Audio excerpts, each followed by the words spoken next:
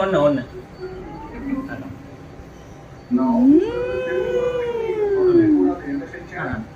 சரி கசக்குதா தண்ணி கொடு தண்ணி சரி நான் சரி போடு சீக்கிரம். இந்த சக்கரை இந்த தண்ணி கொடு தண்ணி போதுமா? சரி அடுத்து தண்ணி ஒன்று அப்பாக்காக தண்ணி வேணும் தண்ணி. சரி தண்ணி ஒன்று ஒன்று கண்ணு மூடு ஆகாமி கை எடுத்துருக்காங்க. அவ்வளோதான். தண்ணி குடிங்க. நாட்டு சர்க்கரை போடுங்க. குட் பாய்.